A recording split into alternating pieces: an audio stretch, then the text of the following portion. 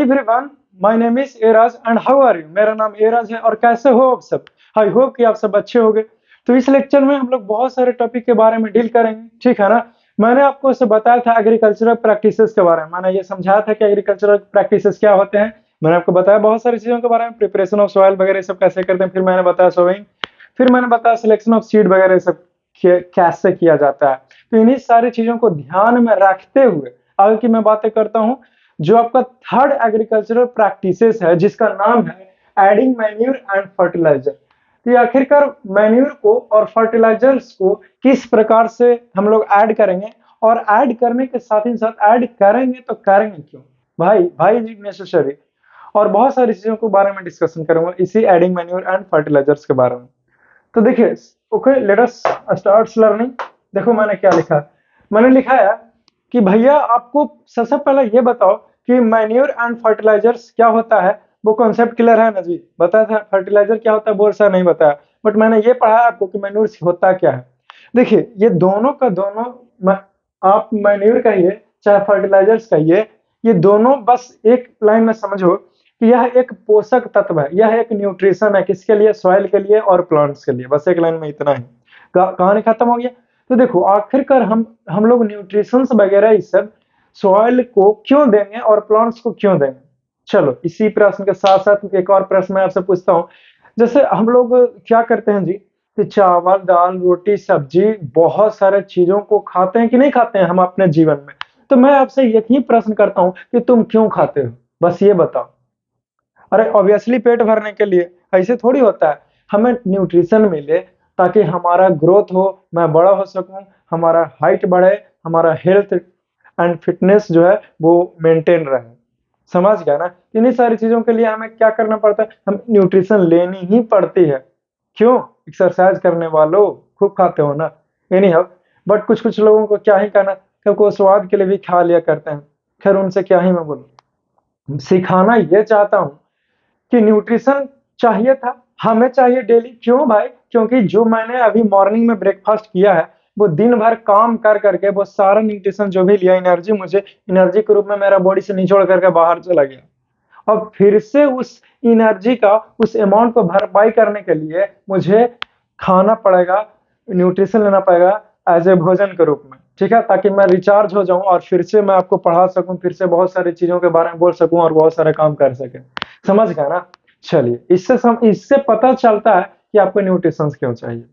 रुको जरा टॉपिक पे आता हूँ, बट मैं कुछ भी ऐसे नहीं बोलता हूँ, आपको समझाने के लिए सिखा रहा हूँ, इसलिए ध्यान बिल्कुल भी इधर उधर कर रही हो मत। और ये तो बिल्कुल मत सोचना कि ये तो टॉपिक से थोड़ा सा इधर से बोल रहा है, क्योंकि इसी पे मैं आने वाला हूँ। चलिए इसी एडिंग मैन्योर और फर्टिलाइजर्स को समझाने के लिए सबसे एक बेस्ट एग्जांपल लेते हैं। जैसे कि मैं आपसे एक बात कहता हूँ जी कि सुपर बाइक होता है या फिर नॉर्मल बाइक, कुछ नहीं तो टीवीएस अपाचे जो भी हो, तो वो बाइक में पेट्रोल डालते हो 1 लीटर, तो क्या लगता है 1 लीटर में पूरा दुनिया घुमाओगे? अरे यहाँ से लेकर वहां चौराहा तक ले जाओगे तो खत्म हो जाए। ऐसे क्या देखते हो, चौराहा पर जाकर कहा तुमको लगता है कि आपके घर से चौराहा नजदीक है, हो सकता है कि जो जिस चौराहा की मैं बातें कर रहा हूँ वो चौराहा किसी और के पास जाकर के रुकता है, अंत होता है, ऐसा हो सकता है ना जी। तब समझा कीजिए, ये नहीं हो। बट मैं आपसे ये बता रहा हूँ स्टूडेंट कि मैंने गया, ठीक है, 1 लीटर पेट्रोल में, और चौराहा पर जाकर के वो पेट्रोल खत्म हो गया। तो पैदल लेके जाएंगे, अच्छा लगेगा? हम भी थक जाएंगे। खैर हम थकेंगे वो अलग कॉन्सेप्ट है, लेकिन बाइक तो नहीं ना चलेगा। ऑब्वियसली नहीं चलेगी बाइक। तो करना क्या है, अरे भैया फिर से जाओ पेट्रोल पंप पर, पेट्रोल उसमें डालो और फिर से चलाओ उसको लगातार, क्या दिक्कत है। यही तो मैं आपको सिखाना चाह रहा हूँ, यही तो मैं आपको बताना भी चाह रहा हूँ कि जो फर्टिलाइजर है वो खेतों में दे रहे हैं। क्यों? क्योंकि देखिए आपने खेतों में सॉइल में क्या किया है, अपने फसल को बोया है, आपने क्रॉप्स को लगाया है ना, बोलो हाँ। ठीक है मान लिया आपने नहीं लगाया, किसान भाई लोग तो लगाए हैं ना जी, तो लगाते हैं। आप देखे हो तो कम से कम, हाँ देखे हैं सर, तो लगाया जाता है। तो बार बार मिट्टी में जो पोषक तत्व है वो प्लांट जो है वो निचोड़ लेता है ना मिट्टी में से, तभी तो वो प्लांट बड़ा होता है और फसल लहरता है। तो धीरे धीरे सॉइल में, मिट्टी में ये जो न्यूट्रिएंट्स है वो कम हो जाएगा कि नहीं हो जाएगा? हो जाएगा ना, ऑब्वियसली हो जाएगा। तो उसी न्यूट्रिएंट्स को, उसी चीजों को भरपाई करने के लिए, उसको मेंटेन रखने के लिए, सॉइल का जो फर्टिलिटी बोलते हैं उसको बरकरार रखने के लिए हम क्या करते हैं, मैन्योर का इस्तेमाल करते हैं या फिर फर्टिलाइजर का इस्तेमाल करते हैं और उसको मिट्टी में डाल देते हैं। ठीक है ना। आई होप कि तुमने बहुत अच्छे से सीखने का प्रयास किया होगा। कहीं कंफ्यूजन है? Obviously not. चलिए, ये आपने तो सीख लिया। तो देखिए मैंने अब क्या बताया है, ये तो ओवरऑल मैंने बता दिया आपको। बोलने के लिए तो वैसे बहुत कुछ बोल सकता हूँ। Any how, let us talk about this one. This is your topic. ये टॉपिक है जी। मैं लिखा हूं यहाँ पे कि repeated growing of crops in the fields removes a lot of precious minerals. देखिए मैंने कहा कि भैया अगर आप बार बार, मैंने लिखा है कि भैया अगर आप बार बार एक ही फील्ड में क्रॉप्स को लगाइएगा, बार बार एक ही फील्ड में, तो ऑब्वियसली उसका न्यूट्रिएंट्स जो है वो कम हो जाएगा ना। ऑब्वियसली हो जाएगा। तो मैं बताया क्या हूं, आगे बताया हूं कि precious minerals, elements, organic matter and other materials from the soil. देखिए जो हमारा कुछ मिनरल्स है, जो सॉइल में बहुत सारे मिनरल्स होते हैं, और कुछ एलिमेंट्स भी होता है, ऑर्गेनिक मैटर भी है कि नहीं है। तो जो जो सॉइल में मौजूद है एज ए न्यूट्रिएंट्स के रूप में, वो कम हो जाएगा बार बार खेती करते हैं उसी फील्ड में। तो बस इतना ही जानिए। समझ गए? चीजों को समझ में आ रहा है ना। चलो नेक्स्ट बता रहा हूं जी कि the deficiency of plant nutrients and organic matter in the soil is fulfilled by adding manures and fertiliser. देखिए तो जो मैंने आपसे बोला वो चीज लिखा हूं कि नहीं लिखा कि, मैंने लिखा है कि the deficiency of plant nutrients, यानी कि इसी न्यूट्रिएंट्स की कमी को भरपाई करने के लिए हम लोगों को मैन्यूर का सहारा लेना पड़ता है या फिर फर्टिलाइजर्स का सहारा लेना पड़ता है, और इसको फील्ड में, खेतों में डालना होता है। अब प्लांट न्यूट्रिएंट्स कह रहा। एक बात बताओ जी, तुमने सॉइल में प्लांट को बोया है, तो प्लांट न्यूट्रिशन कहां से लेगा? सॉइल से ही ना। तो सॉइल को देना चाहिए कि नहीं देना चाहिए, तभी तो वो प्लांट को दे पाएगा। चीजें समझ रहे हो ना। चलिए, वेरी गुड, वेरी नाइस। तो ये अब ये ट्रेलर था, जस्ट लाइक ए ट्रेलर मैंने पढ़ा है इसी एडिंग मैन्यूर्स एंड फर्टिलाइजर्स के बारे में। अब एकदम डिटेल में फिल्म की तरह पढ़ते हैं और समझते हैं। डोंट वरी, मेरे होते आपको कोई टेंशन लेने की जरूरत नहीं है, मैं आपको बहुत अच्छे से बताने वाला हूँ। समझ गया? सो लेट अस सी। लिखा हूँ मैन्यूर्स के बारे में कि भैया मैन्यूर क्या है। If someone may ask you what is manures or tell me the definitions of manures, then what will you say?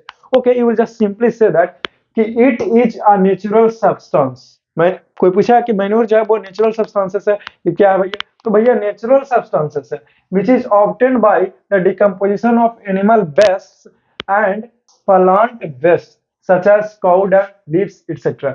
देखिए ये जो हमारा मैन्योर्स है वो नेचुरल सब्सटेंस का नाम क्यों दिए हैं? अब तुम्हारा प्रश्न यही होगा ना। तो देखिए आप ही का प्रश्नों का उत्तर देते हुए, चलो इसे लिखना चाहते हो पहले तो लिख लेगा, ठीक है ना। मैं साइड हट जाता हूँ, एकदम हट गया साइड, पक्का।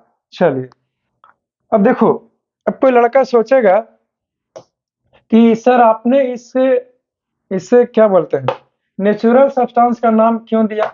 देखिए नेचुरल सब्सटेंसेस का नाम हमने इसीलिए दिया है क्योंकि जो हमारा मैन्यूर्स है वो बनाया है, लेकिन कैसे बना जी? तो नेचुरल तरीके का इस्तेमाल करके, नेचर से मिलने वाला सब्सटेंसेस का इस्तेमाल करके, इसलिए हमने इसको नेचुरल सब्सटेंस का नाम दे दिए हैं। ठीक है ना। चलिए, वेरी गुड, वेरी नाइस। समझ गया? जैसे में क्या हो जाएगा भैया, तो obtained by the decomposition of animal waste and plant waste. यहां सब्जेक्टिव क्वेश्चन पूछ सकता है कि भैया एनिमल वेस्ट और प्लांट वेस्ट का इस्तेमाल करके आप मैन्यूर्स का बना सकते हो कि नहीं बना सकते हो? तो ऑब्वियसली हाँ, बना सकते हैं मैन्यूर्स का। समझ रहे हैं? चलिए अच्छी बात है। अब जैसे में एनिमल वेस्ट और प्लांट वेस्ट क्या हो सकता है? काउ डंग, गोबर का नाम सुना हो, गौमूत्र का नाम सुना, तो ये सब क्या है? एनिमल का वेस्ट चीज है, यानी कि बेकार चीज है कि नहीं। और देखिए प्लांट वेस्ट क्या हो सकता है? पत्ता होता है प्लांट में, तो वो पत्ता झाड़ते भी तो हैं, झड़ गया, नीचे हो गया, सड़ गया, गल गया, तो that is the plant waste, वो प्लांट का बेस्ट है। समझ गया ना। या फिर वेजिटेबल्स बेस्ट से का भी इस्तेमाल करते हैं। अब वेजिटेबल्स बेस्ट क्या है? वेजिटेबल का मतलब सब्जी है, बेस्ट का मतलब खराब चीज, यानी कि बेकार हो गया। तो बताना ये चाह रहा हूँ कि सब्जियां क्या होती है कि वो सड़ गया, गल गया, खराब हो गया, टमाटर रखे टोकरी में, बिका नहीं, तो 10 दिन के बाद खराब हो गया, तब उसको फेंक देते हैं किसान भाई लोग। नहीं, फार्मर्स आर वेरी इंटेलिजेंट। वो क्या करेंगे कि उसको कलेक्ट करेंगे एक टोकरी में और फिर उसे अपने खेतों के लिए बचा करके रखेंगे, इस्तेमाल करेंगे एज ए मैन्योर्स के रूप में। समझ गया ना? तो चीजें कुछ इस प्रकार से होती है। कॉन्सेप्ट क्लियर हो गया? क्लियर हो गया। कोई पूछा है मैन्योर्स क्या होता है तो बोल देगा ना जी। कहा ना कि मैन्योर्स भैया एक प्रकार का नेचुरल सब्सटेंस है, जिसको कैसे बनाते हैं, तो जिसे हम लोग प्लांट बेस्ड और एनिमल बेस्ड, जैसे कि गोबर, गौमूत्र और पेड़ पौधे का पत्ता का इस्तेमाल करके बनाते हैं, उसे हम लोग मैन्योर्स का नाम देते हैं। अब तो सही है ना? चलो अच्छी बात है, वेरी गुड, वेरी नाइस। बहुत तरक्की पर हूं।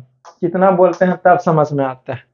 एनी, चलिए, okay, stop laughing, listen to मी।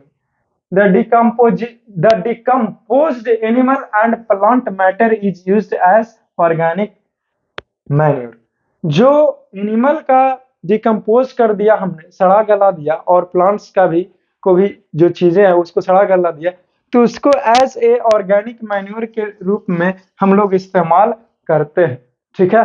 तो यहाँ से ऑब्जेक्टिव क्वेश्चन कैसे पूछ सकते हैं? पूछा कि भैया जो एनिमल और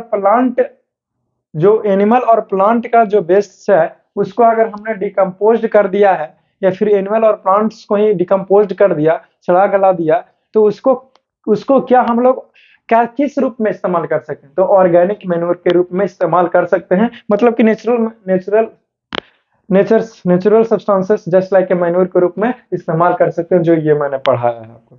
चीजें स्पष्ट है, इसलिए आप समझ गए होंगे। चलिए, नेक्स्ट बताने का प्रयास किया हूं इसी मैन्योर के बारे में कि भैया manure is very bulky, so it is inconvenient to store and transport. ठीक है?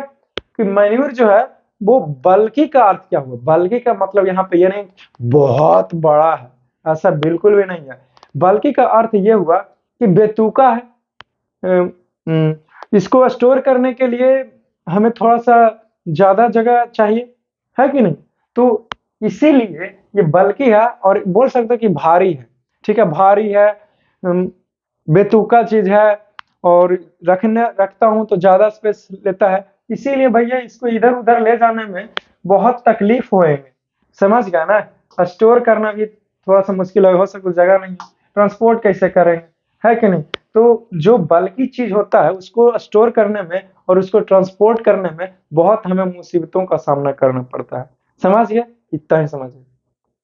ठीक है ना? अब आपको से क्या ही बताऊं, ज्यादा एग्जाम्पल ले नहीं सकता हूं। नेक्स्ट बताया हूं इसी मैन्योर्स के बारे में कि भैया manure is not nutrient specific. यहां से पूछेगा ऑब्जेक्ट क्वेश्चंस, और ये कॉम्पिटिटिव एग्जामिनेशन में भी पूछता है, और इसे VVI ही कर लीजिए, इसे अंडरलाइन भी कर लीजिए। ठीक है ना? जैसे जैसे बोलता हूँ वैसे वैसे चीजों को करते चलिए, आपको कोई तकलीफ नहीं होगा। मैंने लिखा हूँ स्टूडेंट कि जो हमारा मैन्योर होता है वो न्यूट्रिएंट स्पेसिफिक नहीं है। समझ गए? तो पूछेगा कि manure is is not a, option A में न्यूट्रिएंट स्पेसिफिक, बी में स्पेसिफिक न्यूट्रिएंट्स, और सी में बोथ, डी में नन। ठीक है? तो इस प्रकार से चीजें आता है, तो जो करेक्ट रहे वो लगाइएगा। अब यही ना सोच रहे हो कि ये न्यूट्रिएंट स्पेसिफिक का क्या चक्कर है भैया, ये बता दो। कब कब हमें भी सर बोल लिया कर, है ना? क्या दिक्कत है? तो न्यूट्रिएंट स्पेसिफिक कहने का अर्थ ये होता है स्टूडेंट, जैसे कि फिजिक्स स्पेशलिस्ट टीचर का नाम सुना है कि वो सिर्फ और सिर्फ फिजिक्स ही पढ़ाते हैं। जैसे हार्ट का नाम सुने हो? हाँ, तो मैं ये बता रहा हूँ कि हार्ट स्पेशलिस्ट डॉक्टर होता है ना जी, कि वो हार्ट को ही दिखता है। हड्डी अस्पताल नहीं लगता कि वो हड्डी को ही जोड़ने का काम करता है। ब्रेन का स्पेशलिस्ट होता है, यानी कि सिर्फ वो ब्रेन का ही इलाज करता है। तो उसी प्रकार से हुआ कि जो हमारा मैन्योर है वो क्या कोई एक पार्टिकुलर न्यूट्रिएंट्स उसमें होता है जो सॉइल में जाकर के उसको पूर्ति कर सके? तो नहीं, उसके पास एक पार्टिकुलर न्यूट्रिएंट्स नहीं है मैन्योर्स के पास कि वो जाएगा और एक ही तरह के न्यूट्रिएंट्स को कमी है तो उसको भरपाई कर देगा। समझ गया ना? वो मैन्योर जो है वो जस्ट लाइक एंटीबायोटिक्स है। अरे एंटीबायोटिक मेडिसिन का नाम सुने हो? जैसे कि हमें बुखार लगा तो गए कालपोल खा लिए, बुखार ठंडा हो गया, है कि नहीं? यही तो होता है, गर्म से ठंडा हो गया। लेकिन एंटीबायोटिक्स आता है जिसे खा लेने से दर्द भी कम, बुखार भी कम, खोखी भी, हर एक चीज कम ही कम। तो जस्ट लाइक दैट मैन्योर भी इसी की भांति एंटीबायोटिक की तरह ही काम करता है कि इसके पास थोड़ा थोड़ा हर एक तरह के न्यूट्रिएंट्स होता है। ठीक है ना, यह स्पेसिफिक नहीं है किसी किसी इस चीज के लिए, किसी एक न्यूट्रिएंट्स की कमी को दूर करने के लिए मैन्योर्स का इस्तेमाल नहीं किया जा सकता है। समझ गया ना, just like that. I hope कि तुमने सीखने का प्रयास किया होगा। तो आप क्या कीजिए, आप इसे नोट कर लीजिए ताकि बहुत सारी बातें कर सकूं इसी क्लासेस में। चलो इसे, मैं बहुत ही ज्यादा साइड हट गया हूं, तो आप चाहिए तो इसे नोट कर लीजिए, ठीक है ना। चलिए आगे बढ़ा जा सकता है, यहाँ तक में किसी को दिक्कत है क्या? तुम चश्मा वाला लड़का बोलेगा, कोई कंफ्यूजन नहीं? और तुम छोटा वाला बच्चा जो बैठे हुए बगल में, नहीं ना? चलो ठीक है, आगे बढ़ता हूँ तो।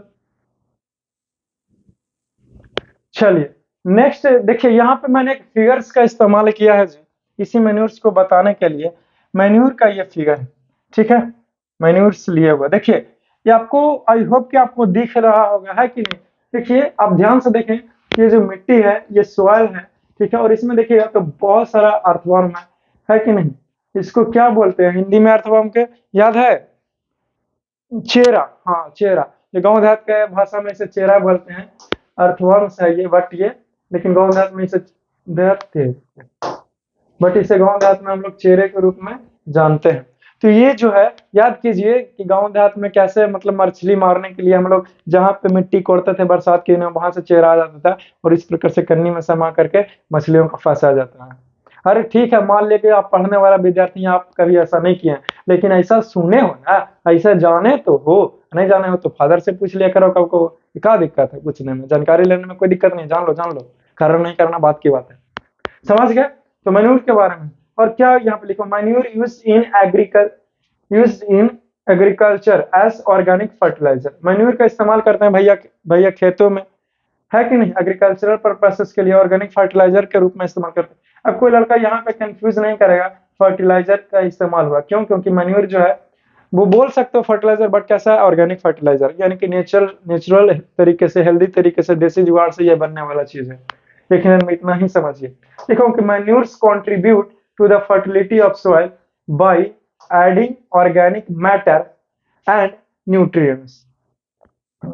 ये क्या करता है मैन्यूर जो है, वो सॉइल के फर्टिलिटी को बढ़ा देता है। कैसे भैया? तो bye adding organic matter and nutrients, इसके पास नेचुरल तरीके से जो चीजें मौजूद है न्यूट्रिएंट्स के रूप में, वो सॉइल को जा करके ऐड कर देता है। समझ गया? Most manure consists of animal feces other source of molecules। और यही सब लिखा गया है, पेस्ट ग्रीन मैन्यूर वगैरह सब लिखा गया है कि भैया देखिए, जो बहुत सारे जो मैन्यूर होता है वो एनिमल और प्लांट बेस्ड का ही इस्तेमाल करके बनाया जाता है। क्या चीज बोल रहे हो? ये नहीं दिख रहा है अच्छा से? अरे मुझे खुद नहीं दिख रहा है, आपको कैसे दिखेगा कैमरेज में, वीडियोज में? क्योंकि ये पिक्चर को बड़ा कर दिया ना, इसलिए धुंधला है, मुझे भी नहीं दिख रहा है। एकदम ध्यान से पढ़ा तो पता चला। खैर कोई बात नहीं, मैंने रीडिंग दिया ना, बस इसी से काम चला लिया करो। चलिए, तो ये फिगर में यही मैं दिखाने का आपको प्रयास कर रहा था, ठीक है ना। देख सकते हो कि किस प्रकार से ये घोड़ा है, कुछ इस प्रकार से जस्ट लाइक दैट है, ठीक है ना। ठीक है, लेकिन आप ऐसे कहा कर दिए सर, बिल्कुल भी हमको अच्छा नहीं लगा। ठीक है, लो भाई मिटा दिए, तुम्हारा जिद पूरा कर देते हैं। चलो आप खुश है? बढ़िया। चलो ठीक है। तो ये जो हॉर्सेस है, यानी कि ये एनिमल्स है, अब इसका क्या है भैया, ये भी तो गोबर वगैरह ये सब, इसका वेस्टेस वगैरह ये सब निकलेगा, just like a cow dung. तो ये पत्ता वगैरह ये सब, सबको इस सबको क्या करेगा, सड़ा गड़ा करके इसी मैन्योर्स के रूप में इस्तेमाल किया जाएगा। ये सब ढेर लगाए हुए हैं, है कि नहीं? गाँव देहात में देखिएगा तो बहुत सारे गनौरा जिसको बोलते हैं, हाँ गनौरा, एकदम गोबर का ढेर को ही गनौरा बोलते हैं। तो वो जस्ट लाइक दैट उसी की तरह है ये, और इसी का इस्तेमाल किया जाता है मैन्योर्स को बनाने के लिए। समझ गए वो चीजें? इस फिगर को बनाने की जरूरत नहीं है, बस मैंने ये आपको दिखाने का प्रयास किया हूँ, ठीक है ना, ताकि अच्छा लगे, है कि नहीं, आपको भी और मुझे भी। चलिए आगे बढ़ा जा सकता है। चलिए, वेरी नाइस। नेक्स्ट बताने का प्रयास किया हूँ जी फर्टिलाइजर्स के बारे में, ठीक है। अगर आपसे कोई पूछा कि फर्टिलाइजर्स होता क्या है, इसका डिफिनेशन बताओ। देखिए मैंने यहाँ पे केमिकल फर्टिलाइजर क्यों लिखा, कोई लड़का सोचा कि सर एक लाइन में फर्टिलाइजर बोलते काम चल जाता है, केमिकल फर्टिलाइजर्स क्यों लिखे? क्यों ऐसा इसलिए क्योंकि अब आप अभी 8th क्लास में ही पढ़ रहे हो ना, तो इसलिए मैंने लिखा केमिकल फर्टिलाइजर कि भैया जो फर्टिलाइजर है वो केमिकल चीज है, ठीक है। वैसे मैं आगे फर्टिलाइजर ही लिखूंगा तो आप समझिए कि केमिकल चीज ही है, वो केमिकल फर्टिलाइजर ही बोल रहा हूँ। जहाँ फर्टिलाइजर बोल रहा हूँ दैट मीन्स मैं केमिकल फर्टिलाइजर बोल रहा हूँ। क्यों? क्योंकि अगर आप सिंपली फर्टिलाइजर्स भी बोलते हो तो वो अंडरस्टूड है ऑलरेडी कि वो केमिकल ही है, बट हो सकता है कि मैन्योर्स के रूप में फर्टिलाइजर्स का इस्तेमाल कर रहे हो, है कि नहीं? तो कुछ भी हो सकता है ना, इसीलिए बी केयरफुल। तो केमिकल फर्टिलाइजर्स के बारे में मैंने आपको बताया कि भैया it is a chemical substance that is a salt containing the necessary plant nutrients. ये क्या है? तो ये सबसे पहले ये जानिए, फर्टिलाइजर्स के बारे में पूछा कि यह एक केमिकल सब्सटेंस है कि नेचुरल सब्सटेंस है? तो ये केमिकल सब्सटेंस है। एक नंबर ऑब्जेक्टिव यहाँ से पूछा है कि केमिकल सब्सटेंस है, समझ गया? और दैट इज, इसका मतलब क्या हुआ कि एक सॉल्ट होता है, ये सॉल्ट की तरह है, कंटेनिंग, जो क्या कंटेनिंग किए हुए है, तो द नेसेसरी प्लांट न्यूट्रिएंट्स। तो ये साल्ट की तरह है ये फर्टिलाइजर्स जो केमिकल सब्सटेंस है, और क्या कंटेन किए हुए, क्या है इसके पास? तो प्लांट न्यूट्रिएंट्स है। वो क्या है? Like nitrogen, phosphorus and potassium, NPK, to make the soil more fertile. NPK होता है नाइट्रोजन, फास्फोरस और पोटेशियम। एनपीके तो एनपीके का नाम सुने हो ना? अरे कुछ नहीं तो पीके का तो नाम सुना होगा ना? Any how I am just kidding, मैं मजाक कर रहा हूँ। तो एनपी का,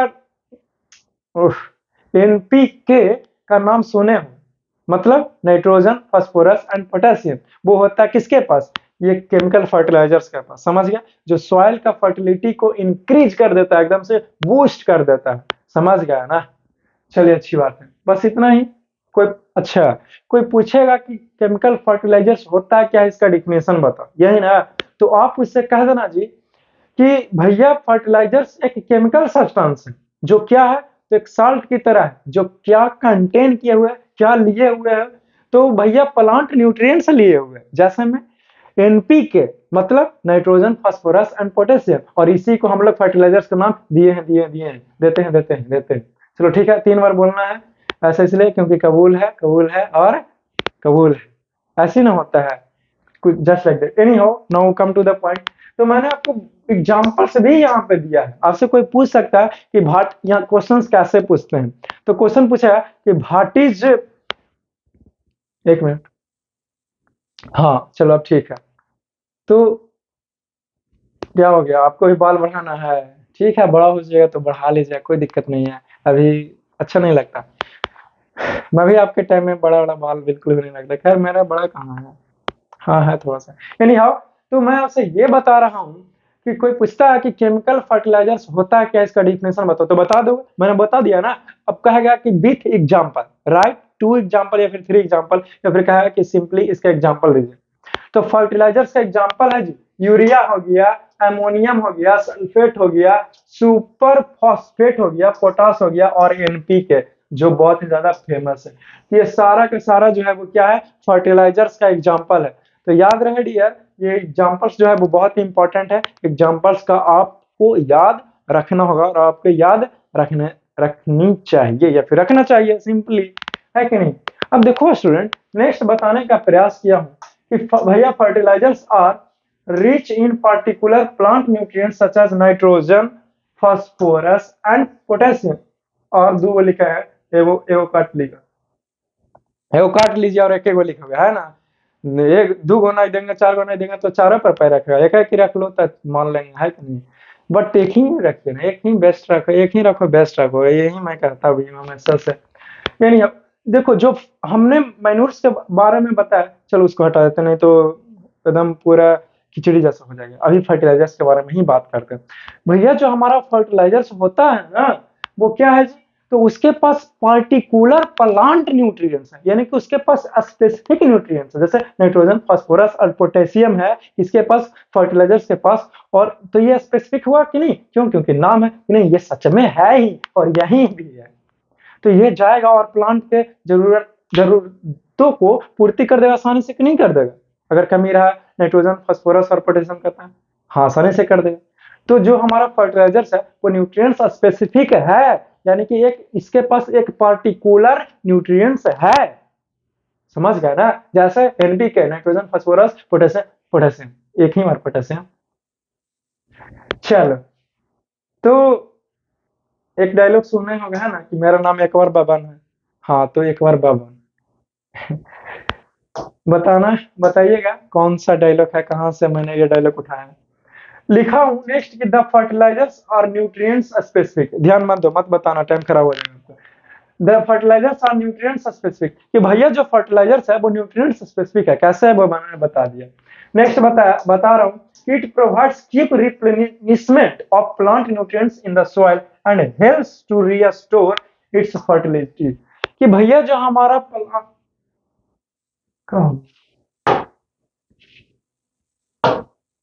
चलो ठीक है, हमको लगा कि क्या हो गया, एकदम से आ गया ना, हम भी घबरा गए। देखिए जो हमारा फर्टिलाइजर्स होता है वो एकदम क्विक रिप्लेनिशमेंट, यूं कहिए कि हाँ, अंग्रेजी गोली यानी कि अंग्रेजी मेडिसिन, अंग्रेजी दवाई और होम्योपैथिक मेडिसिन और आयुर्वेदिक का तो क्या ही कहना, ये तीनों का नाम सुना। अब जैसे ही आप अंग्रेजी दवाई लेते हो तुरंत ही रिजल्ट आपको शो कर देता है, कर देता है कि नहीं कर देता? ऑब्वियसली कर देता है जी। तो उसी तरीके से कि अब प्रश्न यहाँ पे ये उठता है कि सर क्यों कर दिया वो? क्योंकि केमिकल चीज है, केमिकल तुरंत बॉडी में गया, रिएक्शन करना शुरू कर दिया, अपना काम करना चालू कर दिया, है कि नहीं? लेकिन अब होम्योपैथिक हो गया, आयुर्वेद हो गया, ये भी रिजल्ट देता है, बहुत तगड़ा देता है, बट ये थोड़ा सा स्लो होता है किसके मुकाबले? ये इंग्लिश मेडिसिन यानी कि अंग्रेजी दवाई के मुकाबले, है कि नहीं? क्यों? क्योंकि भैया ये केमिकल्स नहीं है अंग्रेजी दवाई की तरह। अब देखिए उसी प्रकार से ये केमिकल है स्टूडेंट फर्टिलाइजर्स, तो फर्टिलाइजर्स का रिजल्ट तेजी से दिखने के लिए मिला। जैसे ही फर्टिलाइजर्स को ऐड कीजिएगा ना खेतों में, एकदम फसल क्रॉप्स का क्या ही कहना, एकदम एकदम खिलखिला उठेंगे। अरे ऐसे थोड़ी हमारे तरह झूमेगा, मैं आपको बता रहा हूँ, एकदम पूरा हरियाता हुआ नजर आएगा, एकदम प्लांट जो है वो हेल्दी रहेगा, एकदम फसल जो है वो लहराते हुए नजर आएगा। क्यों? क्योंकि उसको ताकत मिल गया, तुमने न्यूट्रिशन दिया, पोषक दिया, खा पिया, लंबा हो गया, जवान हो गया, मैच्योर हो गया, फल लग गया, है कि नहीं? तो इस प्रकार से चीजें होती है। तो समझ गए कि क्विक रिप्लेनिशमेंट देता है। तो पूछा कि भैया क्विक रिप्लेनिशमेंट जो है वो कौन दे सकता है? हमारा ये मैन्योर की फर्टिलाइजर, तो फर्टिलाइजर देगा। समझ गया? क्यों? क्योंकि केमिकल चीजें तुरंत काम करना शुरू कर देगा और इसका फर्टिलिटी को इंक्रीज करता है, helps to restore its fertility. जो फर्टिलिटी लॉस किया था, जो मैंने पहले बात किया कि बार बार खेती करोगे फर्टिलिटी जो है वो लॉस हो जाएगा क्योंकि न्यूट्रिएंट्स कम हो रहा है, तो उसको ये मेंटेन करेगा कौन? हमारा फर्टिलाइजर। ठीक है, नेक्स्ट बताने का प्रयास किया इसी फर्टिलाइजर के बारे में कि भैया fertilisers have high solubility in water, so it is easily observed by the plants. समझ गया ना? फर्टिलाइजर्स जो है वो पानी में जाकर आसानी से घुल जाएगा, कोई दिक्कत नहीं है। पटा दिया, पानी में घुल गया, है कि नहीं? धीरे धीरे देखेगा एकदम पूरा एकदम विलुप्त जैसा होते लगता है क्योंकि घुल जो रहा है। तो जैसे ही ये, जैसे एक बात बताओ जी, तुम जैसे कि चीनी और शरबत बनाना हो, है कि नहीं? तो जितना जल्दी वो पानी में घुल जाएगा, चलो कुछ नहीं तो रंग तो पानी में जल्दी घुमेगा ना चीनी के मुकाबले, और हमको जल्दी से पीना है कि नहीं? तो क्या करेंगे हम लोग? रंग एक एक गिलास में रंग घोर रहे हैं और दूसरे गिलास में चीनी घोर रहे हैं, तो क्या होगा स्टूडेंट कि चीनी को घोरने में टाइम लगेगा ना, लेकिन रंग जो है वो तुरंत घोल ना करके एक बार हिला देंगे, कहानी खत्म। तो बताना क्या चाहता हूं मैं आपको? मैं आपसे सिखाना ये चाह रहा हूं कि जल्दी से वो घुल गया तो जल्दी से उसका इस्तेमाल हो जाएगा, पी लेंगे, लेकिन देरी से घुल रहा है तो देरी से इसका इस्तेमाल होगा ना। वही हाल फर्टिलाइजर का भी है यार, क्योंकि फर्टिलाइजर चूंकि जल्दी से सॉइल में घुल गया, मिट्टी में घुल गया और पानी में भी घुल गया, तो होगा क्या कि प्लांट्स जो है वो तुरंत वाटर के सहारे लेकर के अपने अंदर समाहित कर लेगा उस न्यूट्रिएंट्स के, नाइट्रोजन, फास्फोरस और पोटेशियम का, तो तुरंत रिजल्ट शो करेंगे, है कि नहीं? Obviously yes. तो हाई सोलिबिलिटी होता है, इसी के कारण वो क्या करता है, अब प्लांट्स के द्वारा ऑब्जर्व कर लिया जाएगा बहुत जल्दी। यहाँ सब्जेक्ट क्वेश्चन पूछता है, इसलिए ध्यान दोगे। समझे? पूछा है कि जो फर्टिलाइजर्स है वो उसके पास हाई सोलिबिलिटी है कि नहीं है, तो obviously have fertilisers have high solubility. ठीक है ना? देगा कि फर्टिलाइजर्स हैव डैश, ए में हाई सोलिबिलिटी, बी में लो सोलिबिलिटी और डी में एरस, सी और सी में नन, तो कुछ ही मारेगा। हाई सोल्युबिलिटी है कि नहीं? हाँ पता है, ऐसा ऑप्शन नहीं देता, but I am just kidding, हाँ पता है। चलो ठीक है, आगे लिखा हो कि fertilisers are made in factories. Fertilisers को भैया कारखाना बनाते हैं, कहा है वो, कहा है कि ये केमिकल चीज है, घरेलू चीजों का इस्तेमाल नहीं कर सकते हैं, इसीलिए ये नेचुरल चीज नहीं है, केमिकल चीज ना। केमिकल चीज केमिकल जगह पे कारखाना में ही होता है ऐसा। ठीक है, it is easy to transport. देखो जो फर्टिलाइजर है वो आसानी है ट्रांसपोर्ट करने के लिए, करने में। क्यों? क्योंकि फर्टिलाइजर्स जो है वो छोटे छोटे पार्टिकल्स में होते हैं और इसको बैग में पैक कर सकते हैं, और ये बल्कि नहीं होता है, ये आसान है कि नहीं? आसान है कहने का अर्थ ये हुआ कि इसका साइज जो है वो छोटा है, जितना मर्जी उतना ले सकते हैं अपने हिसाब से। नेक्स्ट लिखा हूं कि इट इज इजी, यहाँ पे होगा EASY, it is easy to store and handle. इसको रखना भी आसान होगा और इसका इस्तेमाल करना भी आसान होगा, है कि नहीं?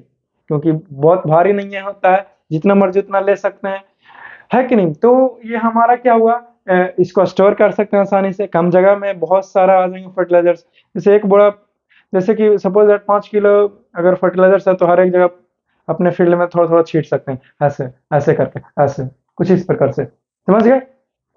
नेक्स्ट लिखा हूं इसी फर्टिलाइजर्स के बारे में कि भैया it absorbs moisture very quickly, so it is packed in the bags.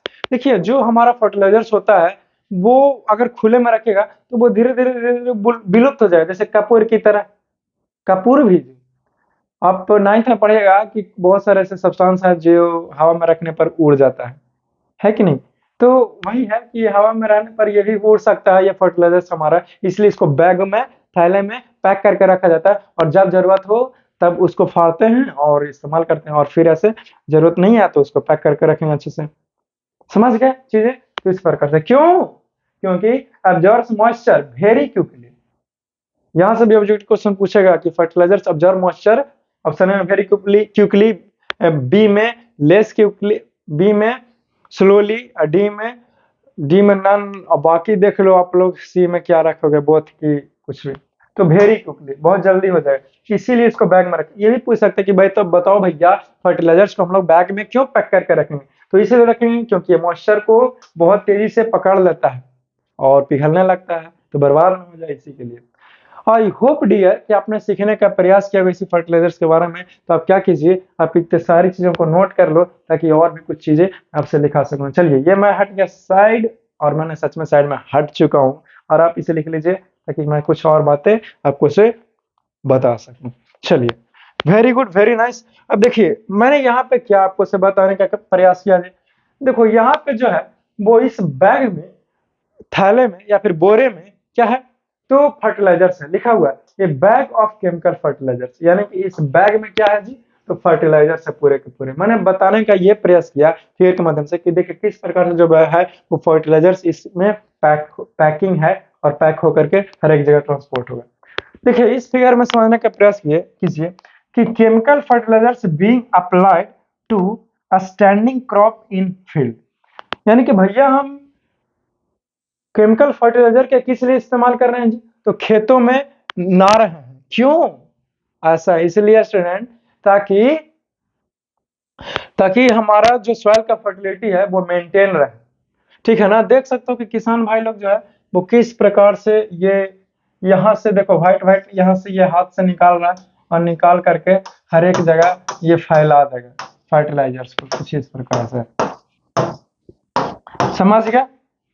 तो यही बस फिगर था जो मैंने आपको बताने का प्रयास किया है, ठीक है? आप चाहे तो इसे देख सकते हो, इसे लिखना उखना कुछ भी नहीं है, बस फिगर था आपको दिखाने के लिए, समझे? तो आगे बढ़ सकते हैं।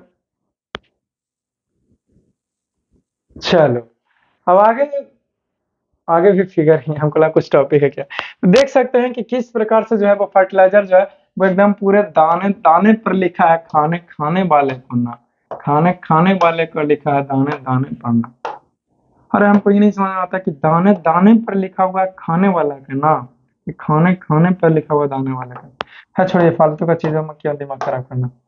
Okay now come to the point, बाकी अपने दोस्तों को इसमें डिस्कस करते रहेगा। चलिए ये देखिए, ये मैंने आपको बताया है कि जो फर्टिलाइजर्स है वो किस प्रकार से है, फर्टिलाइजर्स कुछ इस प्रकार से होता है। फिर से तुम वही सोच रहे हो यार दाने दाने पर नाम है खाने वाले। अरे मत सोचो, बाद में सोचना, अभी पढ़ा रहे हैं ना, तो ध्यान दीजिए यहाँ पे। एकदम अजीब हालत बनाए हुए है, क्या लगता था बच जाओगे? गलत। जब तक सही इंसान नहीं बनूंगा तब तक छोड़ूंगा नहीं। एनी हाउ, चलिए तो इस प्रकार से तुम देख सकते हो, ठीक है ना? इस प्रकार से तुम देख सकते हो कि जो फर्टिलाइजर्स है वो कितना हमारा छोटा छोटा आ रहा है, तो जितना मर्जी उतना चाहे उठा सकते हैं। तो इसको इसको हम लोगों के लिए स्टोर करना और हैंडल करना, यानी कि इसे काबू में करना, यानी कि इसका इस्तेमाल करना बहुत आसानी है कि नहीं है? ऑब्वियसली एक मुट्ठी लेंगे छीट देंगे, एक मुट्ठी लेंगे छीट देंगे, लेकिन हमारा मैन्योर के केस में ऐसा नहीं है। मैन्योर लीजिए भैया एक कटौती ऐसे ऐसे छीट ले चलिए, तो कुछ इस प्रकार से होता है चीजें। तो आप देख सकते हो इस फिगर को बनाना ही है, बस ऐसे ही देखने के लिए था, ठीक है ना? आगे बढ़ जाए, लो भैया आगे बढ़ गया। चलिए नेक्स्ट टॉपिक और वेरी इंपॉर्टेंट टॉपिक, यहाँ से क्वेश्चंस आएंगे आपको जब आप 10th में चले जाइएगा और आप हायर क्लासेस में चले जाइएगा, तो वहाँ पे कुछ और भी बहुत सारी बातें होगा, वो भी डिटेल होगा।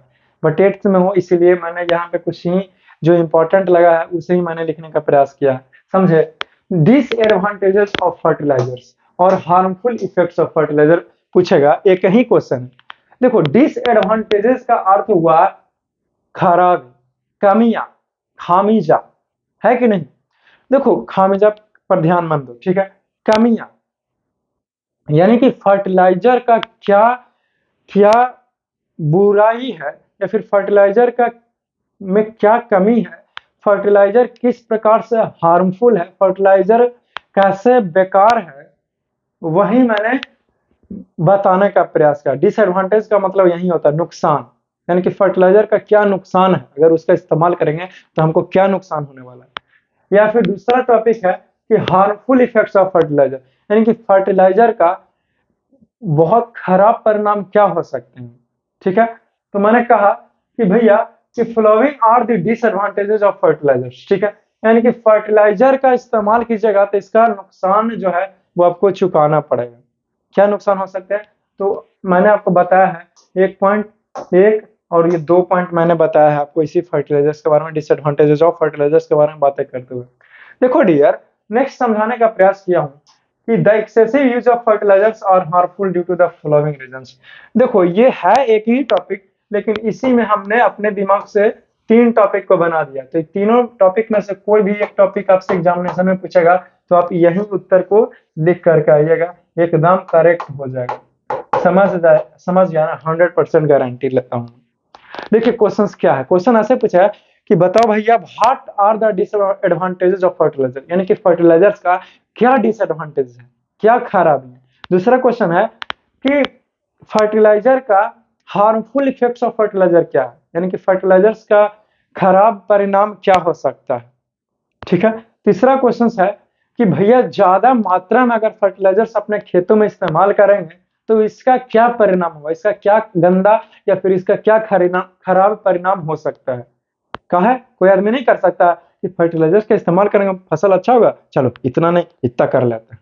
ऐसे बहुत सारे लोग होते हैं, इतना नहीं इतना खाते हैं खूब हेल्दी हो जाएंगे, ऐसे थोड़ी होता है। एनी हाउ, तो क्या कमी होगा, तो 2 मैंने लिखा, पहले लिखा हूं the excessive use of fertiliser changes the nature of soil and make the soil less fertile, ठीक है।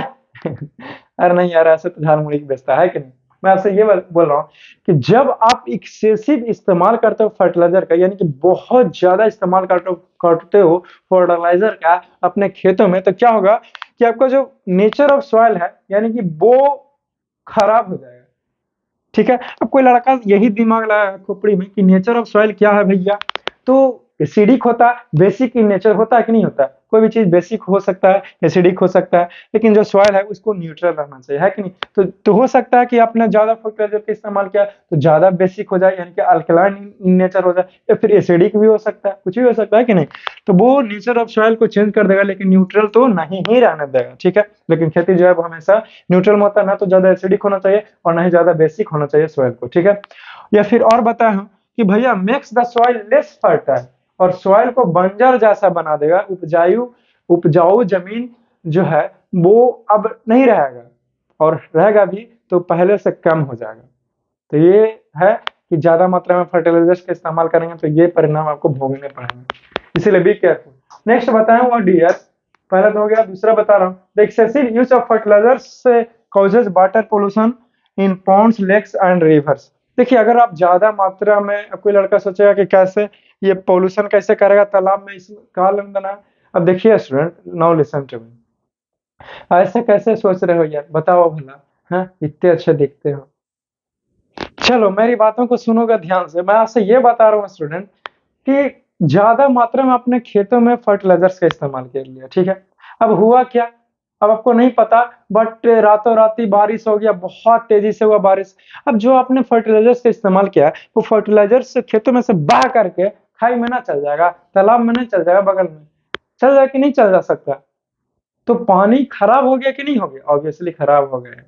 और इसमें जो मछलियां रह रही है, मछली जल की रानी रह रही है उसी पानी में, वो रानी को प्रॉब्लम होगा कि नहीं होगा? ऑब्वियसली प्रॉब्लम हो जाएंगे, मर भी सकती है वो। इसलिए ख्याल रख कीजिए अपने अपने अपने आप को ख्याल रखने के साथ साथ, क्योंकि दूसरों का भी ख्याल रख लिया करो, क्या दिक्कत है? कोई दिक्कत नहीं है। तो आपने देखा कि किस प्रकार से जो है वो एक्सेसिव यूज ऑफ फर्टिलाइजर्स जो है वो हमारे सॉइल को बंजर बना सकता है और वाटर पोल्यूशन कर सकता है। तो आप चाहें तो आप इसे नोट कीजिए, मैंने आपको बहुत अच्छे तरीके से बताया है, ठीक है ना? आप क्या कीजिए, आप इसे नोट कर लीजिए, ठीक है? क्योंकि मैं आपके लिए बहुत मेहनत करता हूँ, नोट्स वगैरह सब शेयर करता हूँ, एक्सप्लेन करता हूँ, तो आपका भी फर्ज बनता है ना कि आप भी हर एक चीज़ों को लिखें अच्छे तरीके से, सही सलामत से, गुड वाय, बोल्ड वाय, ठीक है? ई डायलॉग मत मारो, ओल्ड इज गोल्ड, बहुत बेकार लगता है हमारा। ये कैसे बोल दिया ओल्ड इज गोल्ड? तो हमने कहा कि भैया तुमको ओल्ड इज गोल्ड पर तरस आता, न्यू इज डायमंड, आप बोलो। तो चुप हो गया। एनी हाउ, अब से जो कोई भी डायलॉग प्रचार कर देगा ना, वो कहाँ स्कूल में, ट्यूशन में, कहीं जाते हो, कहीं भी ज्वाइन किया हो तो हर एक जगह कि तुम बोलते ओल्ड इज गोल्ड तो न्यू इज डायमंड, आप बोलो। डायमंड ऑब्वियसली जीतेगा, है कि नहीं? तो ठीक है, इस लेक्चर में मैं यहीं तक आपको छोड़ता हूँ, ठीक है? बहुत सारी बातें मैं ऑलरेडी कर चुका हूँ, फिर से मिलूंगा कुछ नेक्स्ट लेक्चर में। तब तक के लिए क्या कीजिए, आप इससे जो भी नोट्स वगैरह तैयार करते हैं तो आप उसे लिख लीजिए, ठीक है? रटना नहीं है, बस यहाँ से जब क्लासेस खत्म होता है आपको, तो बस एक बार पन्ना पलट करके रिवाइज कर दिए, रिवीजन नहीं तो एक बार रीडिंग मार दे, है कि नहीं? क्या दिक्कत है, रीडिंग मार दिया करो, ठीक है? ठीक है, तो बहुत आसानी तरीके से हमने देखा है, और भी बहुत सारी बातें करूंगा कुछ नेक्स्ट क्लास में, कुछ नए अंदाज में। तब तक के लिए मैं चाहता हूँ कि बस ऐसे ही आप मुस्कुराते रहिए, है कि नहीं? तो आप चाहें तो देख सकते हैं कि इस लेक्चर में मैंने आपको क्या-क्या पढ़ाया है, ठीक है कि नहीं? देख सकते हो, मैंने यहाँ से शुरू किया था आपको पढ़ाना, ठीक है? फिर मैंने ये पढ़ाया, फिर ये पढ़ाया, फिर ये पढ़ाया, फिर ये पढ़ाया, फिर ये, है कि नहीं? तो इतना सारा चीज़ों के बारे में मैंने आपसे डिस्कशन किया है, और भी बहुत सारी बातें करूँगा। चलो, कहाँ चले गए? बहुत सारी बातें करूँगा कुछ नेक्स्ट क्लास में, कुछ नए अंदाज में। तब तक के लिए बस ऐसे ही मुस्कुराते रहिए, जैसे कि मैं, ठीक है? सी यू सून, मिलूँगा, मुलाकातें होगा। See you soon, love you all, take care.